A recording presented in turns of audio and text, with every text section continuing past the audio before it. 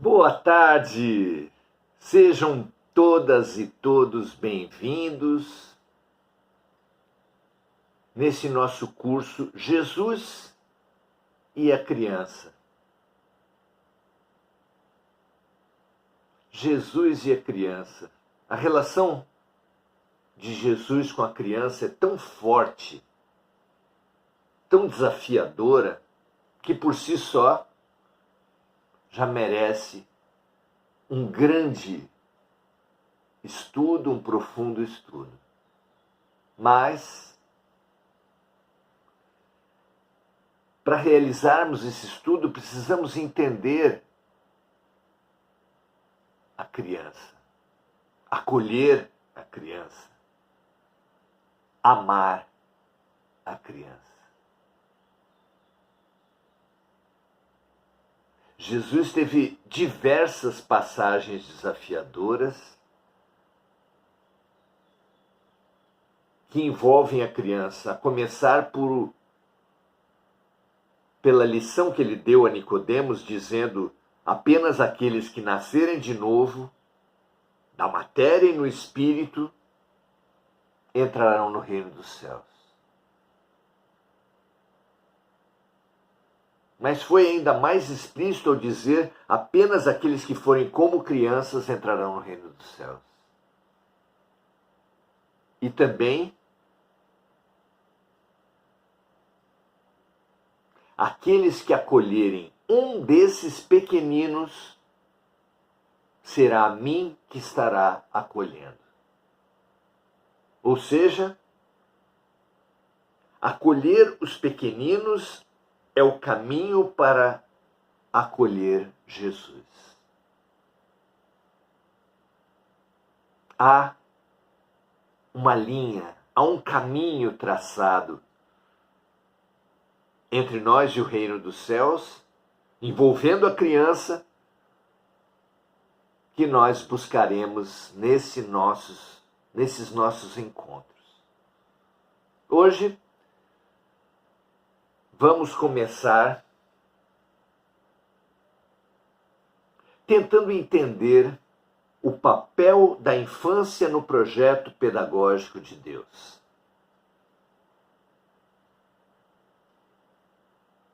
Para isso, precisamos estudar, rever, com o máximo de profundidade que nos for possível, como tem sido a nossa relação com o erro. Nossa trágica relação com o erro.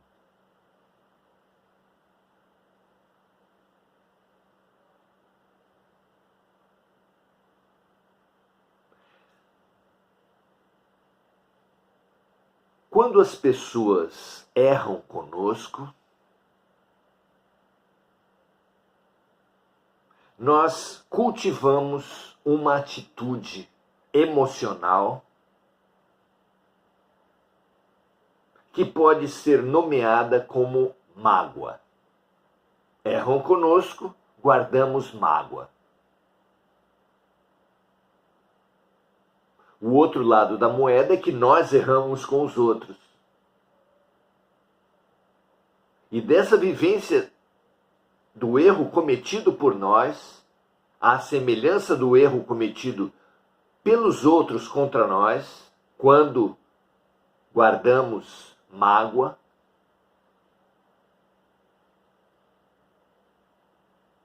quando nós erramos com os outros, guardamos culpa. E de ambas as situações multiplicamos o medo. Geramos preconceito.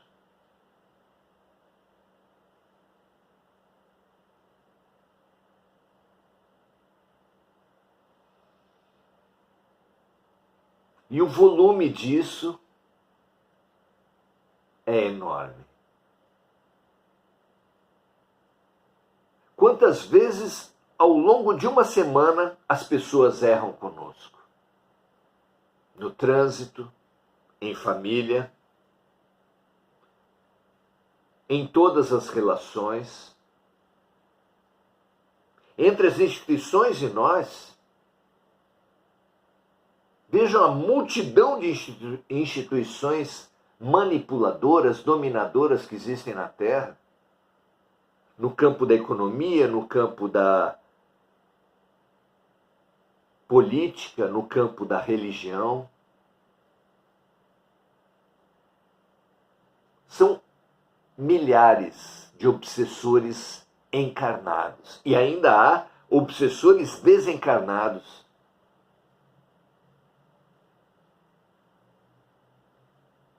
E uma terceira categoria que reúne os dois, onde está praticamente a totalidade dos manipuladores de mente. Erram conosco a todo segundo. De todas as formas, em todos os ambientes.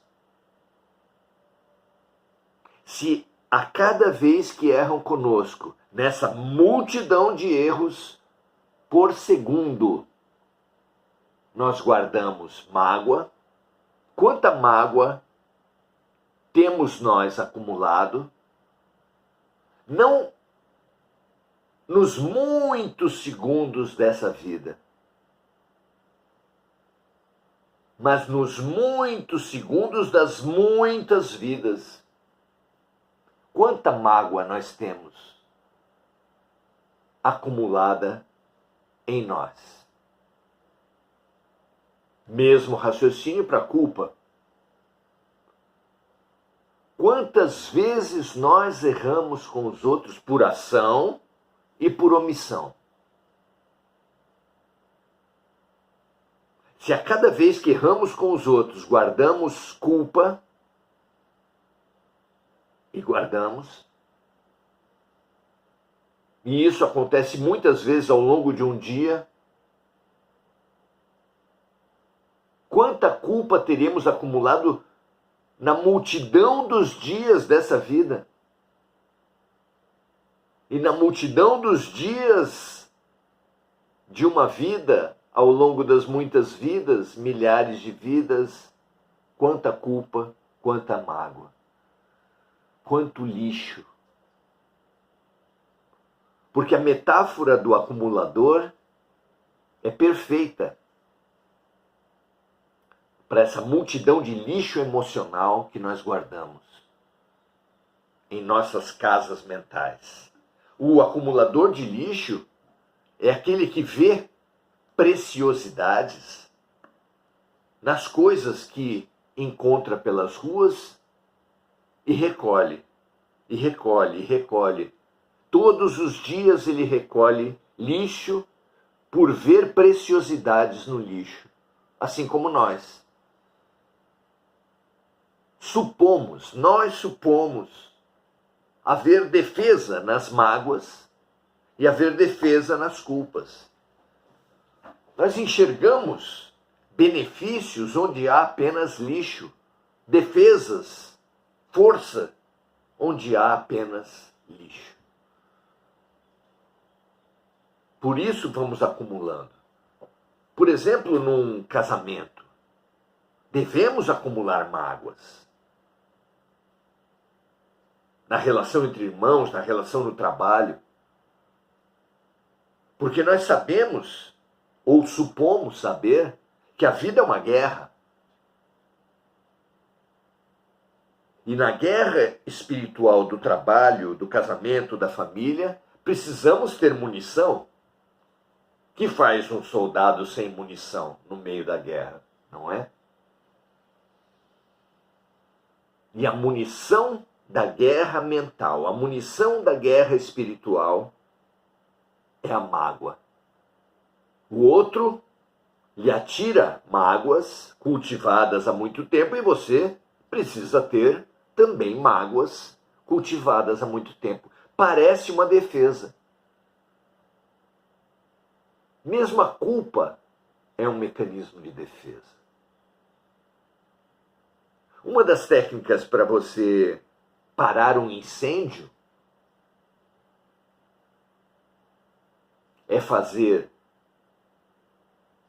um acero é derrubar uma mata, fazer uma faixa de material que poderia queimar e retirar todo esse material.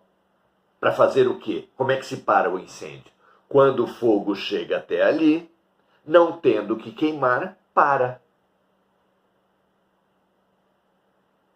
A culpa pretende fazer o mesmo. Nós mesmos nos julgamos, nós mesmos nos punimos, na esperança de nada dar ao inimigo para nos atacar. Nós mesmos nos acusamos, nos julgamos, nos punimos, nos boicotamos. Há vantagem nisso? Claro que não. Mas a nossa ilusão é que há, é que é uma defesa.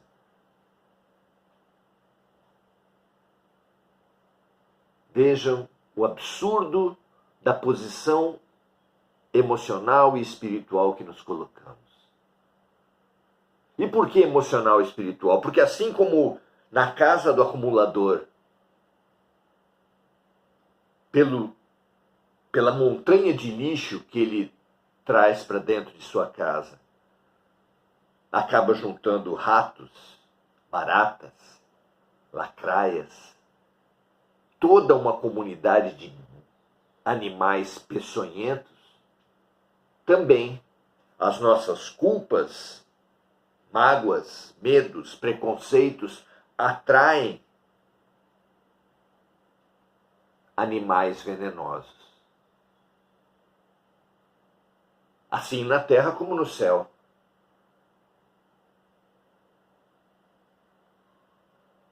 De forma que os obsessores, encarnados e desencarnados, sentindo como que o cheiro das mágoas, culpas, medos e preconceitos, se alimentam desses sentimentos, se alimentam das emanações que nós encarnados produzimos pela matéria mental que nós geramos, emanações que, apesar de tóxicas, dão prazer para essas entidades também doentias, tanto quanto nós.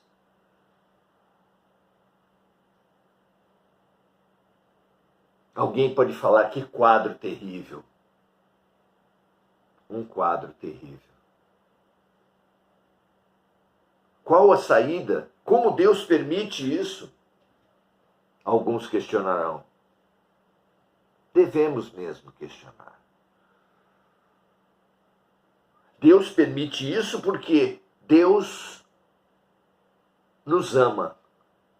Deus permite isso porque o amor verdadeiro, profundo, puro, só pode amar em liberdade. Ao contrário desse amor nosso, que é um amor de dominação, de violência, de posse, de apego, o amor puro só pode amar em liberdade. E Deus, nos deixando a liberdade de acertar, nos dá também a liberdade de errar, de nos apegar, de sermos violentos.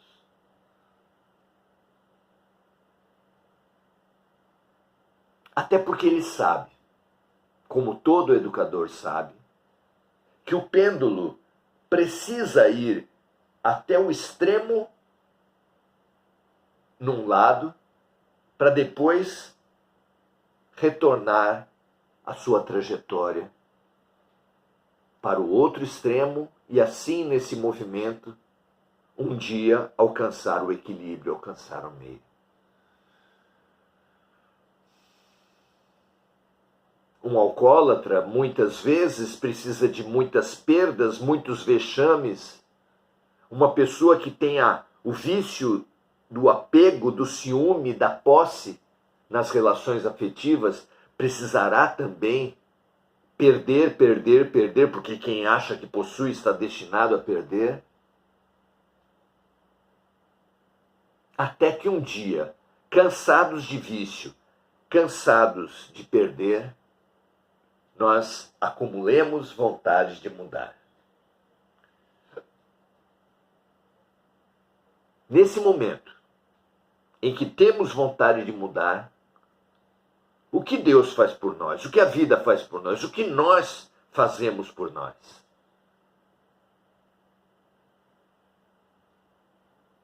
É aí que surge a infância. Deus nos dá a dádiva da infância. Vendo-nos esmagados sob o peso, sob a intoxicação de mágoas, culpas, medos, preconceitos dos obsessores encarnados e desencarnados, a misericórdia da vida nos traz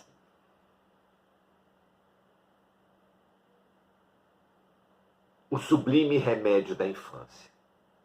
Comparando com um dos nossos equipamentos, nossos computadores, tablets, celulares, o que acontece com eles quando estão sobrecarregados de arquivos e programas? Todos nós sabemos. Os equipamentos ficam lentos. Damos um comando para eles e eles demoram, às vezes travam. É uma imagem perfeita para nós mesmos. Entupidos desse lixo espiritual, dessa influência tóxica dos obsessores encarnados e desencarnados, nós ficamos lentos, travamos. O que fazem as pessoas que trabalham com manutenção de equipamentos de comunicação? A orientação é maravilhosa. Eles chegam para o proprietário e falam assim: você precisa liberar memória. Você precisa analisar seus arquivos, seus programas e simplesmente deletar aqueles que foram inúteis e jogar para uma memória externa ao equipamento tudo que você ainda julgar útil. A metáfora com a nossa mente é perfeita. Nós que estamos travados, acumulados, intoxicados pelo passado e pelos obsessores, e pode-se dizer que todos nesse nosso estágio assim estamos, recebemos essa benesse, esse remédio da infância. E na infância, assim como os nossos equipamentos, antes de encarnar, os terapeutas, os educadores do espaço, nos ensinam, nos estimulam a nos libertar, a jogar fora aquilo que é inútil.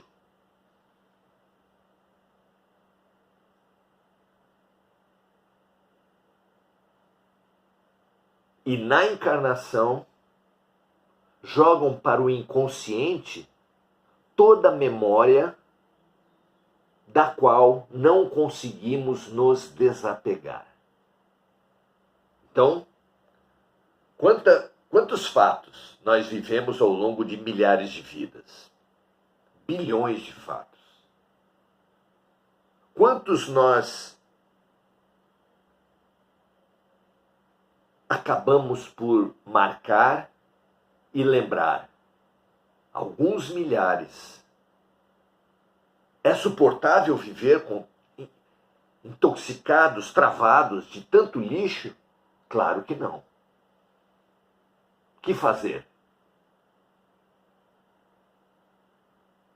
Aos paralíticos, Jesus falou: levanta, toma tua cama e anda.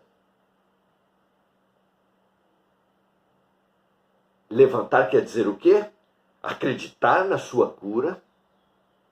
Falar para um paralítico levantar é estimulá-lo a fazer a sua autocura. Todos nós estamos estimulados por Jesus, entre outros maravilhosos mestres, a levantarmos-nos, tomarmos nossa cama, que é onde nós descansávamos, nós repousávamos, nós nos acomodávamos na nossa loucura, na nossa acumulação, na nossa doença.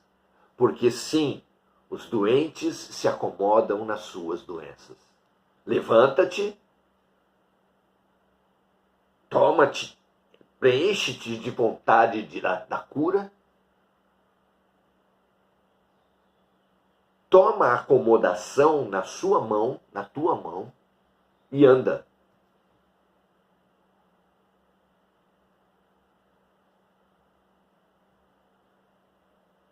A nossa cura depende dessa consciência. É isso que acontece na infância, porque toda memória inútil que conseguimos nos desapegar é lançada fora, é esquecida. Mas uma massa enorme de memória da qual não conseguimos ainda nos desapegar, fica em nós. O bebê não perde todas as memórias de vidas passadas. O ser humano encarnado, nós aqui, que não lembramos de praticamente nada de outras vidas, essa memória não se perdeu completamente. A melhor parte, a parte mais importante para cada um de nós dessa memória, está no nosso inconsciente. É por essa memória de vidas passadas que todos nós possuímos, embora inconsciente, que acontece uma série de fenômenos que ninguém consegue explicar.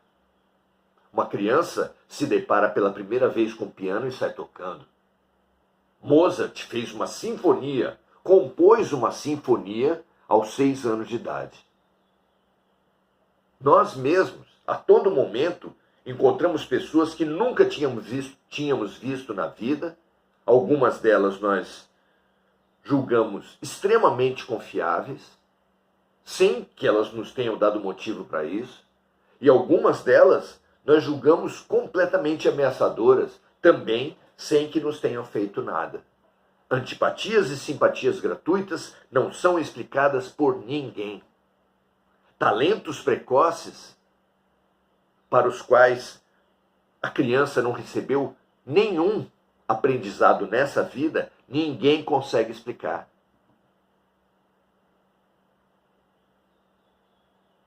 Claro que é um gatilho, acontece na vida da criança ou do adulto, que puxa uma memória inconsciente, que então aflora e nos dirige sem que nós entendamos por quê. Então, não perdemos o resumo principal das vidas passadas. Tudo isso está em nós como a memória de um computador sobrecarregado coloca uma parte, como o possuidor de um equipamento sobrecarregado coloca uma parte da memória dele num mecanismo externo, nas nuvens. E quando precisa, puxa esse arquivo, esse programa das nuvens para utilizá-lo. É exatamente isso que acontece na relação do consciente com o inconsciente.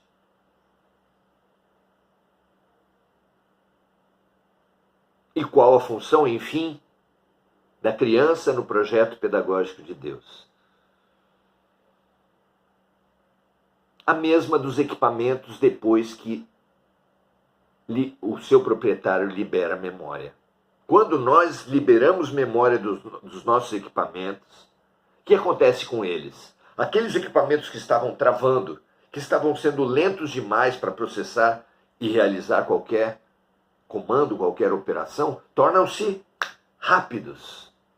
Nada mais rápido na vida da gente, em nenhuma outra fase aprendemos mais intelectualmente, nos abrimos mais afetivamente, confiamos nas pessoas do que na infância.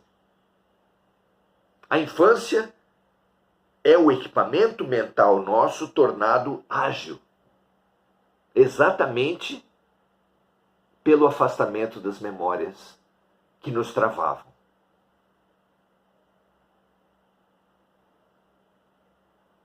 Bem-vinda à infância. Mas é claro que todos os que vivem a infância e todos os que estão à sua volta precisariam ser muito mais cuidadosos com as crianças. Porque assim abertos, somos suscetíveis às mais diferentes experiências. Somos suscetíveis de ficar marcados com traumas, com experiências que depois nos dirigem, nos distorcem, nos envenenam a vida toda. Não é assim? A psicologia não sabe disso, a psicanálise. Todos nós não entendemos isso? Claro que sim. Deveria haver um cuidado enorme com a infância. É mais ou menos como os antigos fotógrafos que pegavam os filmes das suas máquinas e numa sala escura faziam a revelação do que tinha sido fotografado, sem deixar jamais que uma luz exterior, que uma porta se abrisse, sob pena de perder o fotografado, perder as fotografias. Nós também devemos ser muito cuidadosos para não deixar interferências, vivências traumáticas, negativas, marcassem as nossas infâncias. Mas o fato é que não temos esses cuidados e nossas infâncias ficam marcadas por experiências traumáticas, de forma que nós nos tornamos crianças feridas. E são essas crianças feridas que se tornam os adolescentes revoltados, os adolescentes marcados, os adultos traumatizados.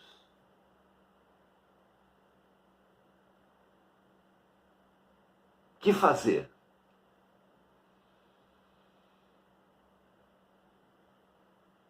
É preciso reconhecer a importância da nossa infância, da nossa criança, e entender que se algo aconteceu que acabou ferindo essa criança, nós mesmos precisamos acolher as nossas crianças feridas.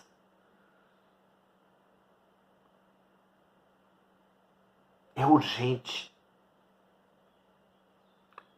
descobrir, conhecer, reconhecer e acolher nossas crianças feridas.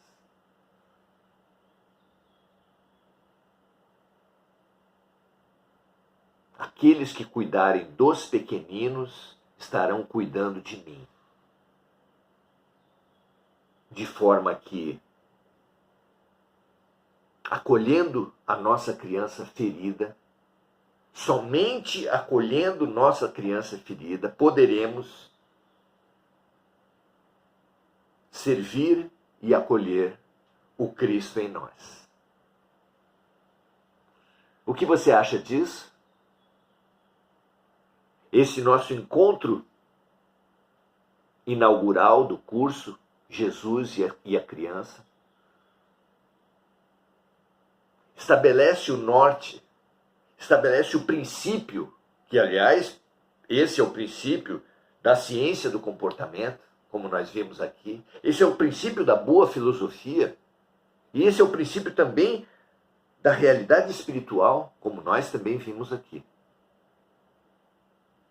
Ciência, filosofia e religião, unidas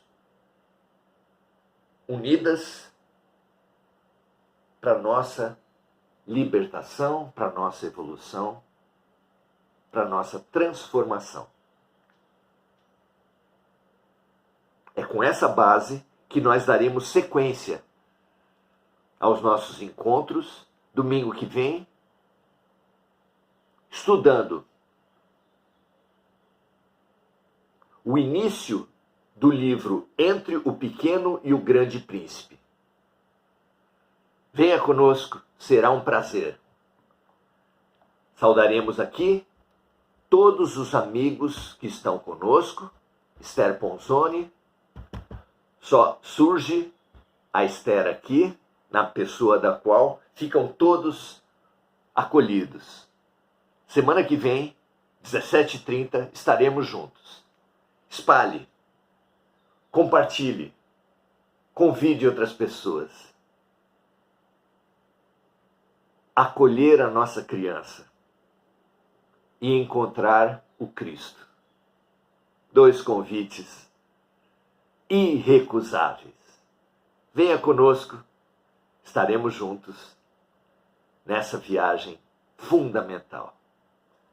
Paz e bem para todos.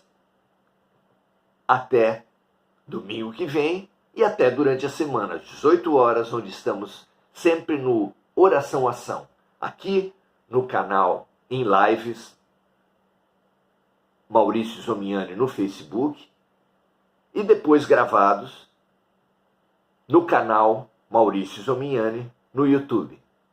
Venha, você é nosso convidado. Será um prazer nos transformarmos juntos. Paz e bem, ótimo final de domingo para todos vocês.